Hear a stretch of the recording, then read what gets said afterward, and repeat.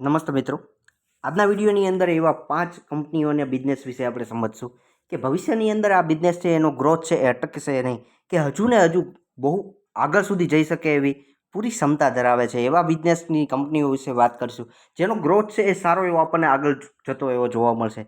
હજુ તો આ બધી કંપનીઓની 5 કંપનીઓની શરૂઆત છે. તમે લોંગ ટર્મ ઇન્વેસ્ટમેન્ટ કરી શકતા હોય, લોંગ ટર્મ તમારો ગ્રોથ જોઈ શકતા હોય, સારી એવી વેલ્થ બનાવવા માટેના સ્ટોક વિશે વિચારતા હોય તો આ વિડીયો તમારા માટે છે મિત્રો. ખાસ કરીને ગ્રોથ તમે માનતા હોય, વેલ્થ બનાવવા માંગતા હોય, લોંગ ટાઈમ તમે હોલ્ડ કરી શકે એમ હોય તો જ આ કંપનીઓ વિશે વિચારજો. કારણ કે આ કંપનીઓનો ગ્રોથ છે એની હજુ શરૂઆત છે, કે આ શરૂઆતના સ્ટેજ ઉપર તમારું કરેલું ઇન્વેસ્ટમેન્ટ આવનારા વર્ષો સુધી તમે જે આ કંપનીઓને સમય આપી શકતા હોય તો વિચારવા જેવો છે. કારણ કે આ કંપનીઓના બિઝનેસ છે એ સારા એવા ફ્યુચર ઓરિયન્ટેડ બિઝનેસ છે, કે આવનારા સમયની અંદર આનો ગ્રોથ છે હજુ આગળ ઘણો થઈ શકે એમ છે. એવા શેર વિશે વાત કરીએ, આ 5 કંપનીઓ વિશે વાત કરીએ.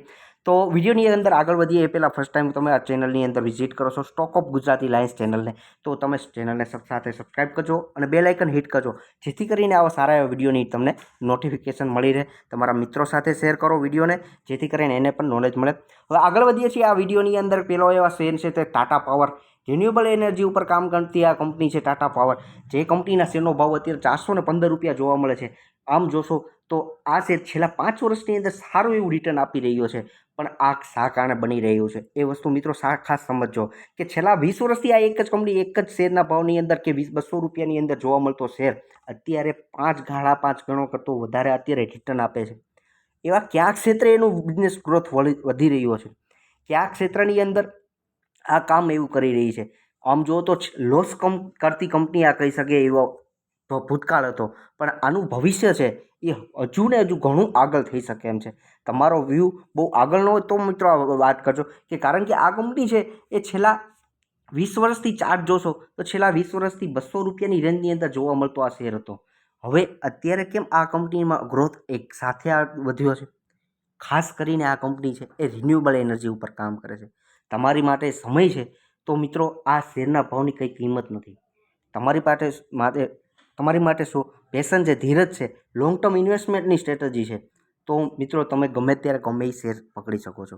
ખાસ કહેવાનું એ છે કે તમે બિઝનેસ ઉપર ગ્રોથ કરો, બિઝનેસ ઉપર ફોકસ કરો, તો તમારે બિઝનેસ સમજશો તો આવનારા સમયની અંદર આ કોઈ પણ સારી કંપની હશે એ તમને રિટર્ન આપશે. પણ ક્ષમતા એ છે કે આ 5 બિઝનેસ છે, આ 5 કંપનીઓ છે, એમાંની આ ટાટા પાવર કંપની આવનારા સમયની અંદર સારું એવું રિટર્ન આપી શકે એમ છે. કારણ કે એના બિઝનેસની અંદર વાત કરશો તો અત્યારે આ કંપની છે એ રિન્યુએબલ એનર્જી ઉપર ગ્રોથ છે ધીમે ધીમે વધારતો રહેલો છે, કે એની કેપેસિટીની અંદર પણ સોલાર કેપેસિટી છે કે સોલાર હાઇબ્રિડ કેપેસિટી છે એની અંદર સારો એવો ગ્રોથ કરી રહ્યો છે. જ્યાં સુધીમાં 2040-50ની અંદર 100% સુધીનું ગ્રીન એનર્જી ઉપર કામ કરતી કંપની થઈ જશે.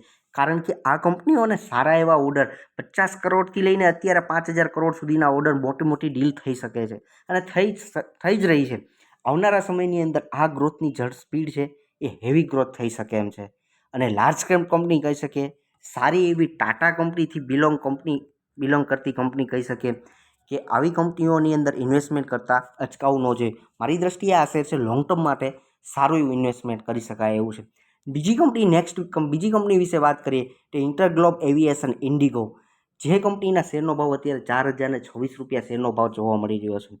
મિત્રો જોજો, ખાસ વસ્તુ સમજજો કે આવનારા સમયની અંદર જેમ ઇકોનોમી આગળ વધશે, ઇન્ડિયાની અંદર ગ્રોથ થશે, ત્યારે જેટલી પબ્લિક છે એ સારો એવો ગ્રોથ કરશે, એનું ઇકોનોમીમાં પણ સારો એવો આગળ વધશે.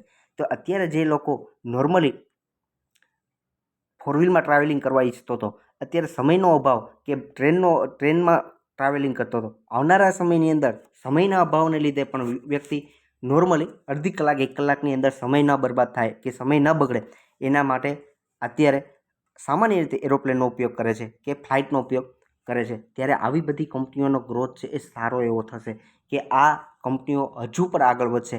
કારણ કે આ કંપનીનો બિઝનેસ ખાલી ઇન્ડિયા પૂરતો નથી, આઉટસાઇડ ઇન્ડિયાની અંદર પણ સારા એવા ઓર્ડર મળી શકે. બીજો સ્કોપની વાત કરો તો એર ટેક્સી એક નવો બિઝનેસ વ્યૂ પણ આવનારા સમયની અંદર આ કંપની લાવી શકે એમ છે. એટલે આ કંપની પણ ઇન્ડિગો એવિએશન સારી એવી કંપની છે, લાર્જ કેપ કંપની કહી શકીએ એવી છે. બીજી વસ્તુ એ કે લોસ કરતી કંપની હતી, કે કોવિડ ટાઈમ પીરિયડ દરમિયાન આ કંપનીના શેરમાં સાવ ગગડી ગયા હતા. આમ જુઓ તો આ કંપની પૂરેપૂરી લોસમાં ચાલતી હતી. અત્યારે છેલ્લા 1.5-2 વર્ષથી પણ સારું એવું રિટર્ન આપી રહ્યો છે. હવે નેક્સ્ટ કંપની વિશે 3 નંબરની કંપની વિશે વાત કરીએ મિત્રો, તો એ કંપની છે હિન્દુસ્તાન એરોનોટિક્સ HAL, કે ડિફેન્સ સેક્ટરની એવી લાર્જ કેપ કહી શકીએ એવી કંપની, કે જે ડિફેન્સનું લીડર્સ કહી શકીએ એવી કંપની, કે જે શેરનો ભાવ અત્યારે 3,877 જોવા મળે છે. શેરનું રિટર્નની વાત કરશો તો સારું એવું 584% રિટર્ન આપી રહ્યો છે, કે 5 ગણા જેટલા પૈસા થયેલા છે. અને સાથે એક વખત આ કંપનીએ બોનસ પણ જાહેર કરેલું છે. તો કહેવાનો મિનિંગ એમ છે કે જ્યારે ઇન્ડિયાની ડિફેન્સ સેક્ટરની અંદર સારું એવું પકડ કે સારું એવું બિઝનેસની અંદર સરકાર સપોર્ટ આપતી હોય ત્યારે આવી કંપનીઓને પૂરેપૂરો ફાયદો થઈ શકે એમ છે. એની પાછળના મુખ્ય કારણો એવા છે કે આ કંપનીનું મેઇન પ્રોડક્શન એમ કે વાત કરીએ તો જે કે તેજસ એરક્રાફ્ટ, જનરલી આપણે દરેક વ્યક્તિ જાણીએ છીએ કે એરક્રાફ્ટ બનાવવાનું હોય, સિવિલ એવિએશનનું કામ હોય, હેલિકોપ્ટરનું કામ હોય, તો આ એક જ કંપની ઇન્ડિયાની એવી છે કે આવનારા સમયની અંદર સારા એવા ઓર્ડર લઈ શકે એવી પૂરી ક્ષમતા ધરાવે છે. અને ખાસ કરીને કહેવાનો મિનિંગ એ છે, એ આપણા ઇન્ડિયા પૂરતું નહીં પણ ઓલ વર્લ્ડની અંદર પણ બિઝનેસ આ કંપનીઓનો ગ્રોથ થશે અને આઉટ કન્ટ્રીથી પણ સારા એવો ઓર્ડર આ કંપનીને આજે નહીં તો કાલે પણ મોટા ઓર્ડર મળતા જ રહેશે, જેથી કરીને આ કંપનીઓ ભવિષ્યમાં સારી એવી ગ્રોથ કરી શકે એવી HAL હિન્દુસ્તાન એરોનોટિક્સ દેખાઈ રહી છે. નેક્સ્ટ કંપની વિશે વાત કરીએ તો એ ચોથા નંબરની કંપની છે ઝોમેટો. ઝોમેટો કહેવાનો અર્થ એ છે કે ખાલી ઝોમેટો ફૂડ ડિલિવરી ઉપર ધ્યાન ન કરીએ. અત્યારે આ કંપનીના શેરની અંદર છેલ્લા 6 મહિનાથી જે ગ્રોથ દેખાય છે એની પાછળનું કારણ બીજું છે. શેરના ભાવ વિશે વાત કરીએ તો શેરનો ભાવ ₹203.80, ₹200 ઉપર શેરનો ભાવ આજે ક્લોઝિંગ થયેલો ગઈકાલે શુક્રવારે જોવા મળ્યો. ઓલ ટાઈમની આ જોશો તો નોર્મલ તેના ભાવથી અત્યારે ટોપ ઉપર ગયેલો શેરનો ભાવ છે.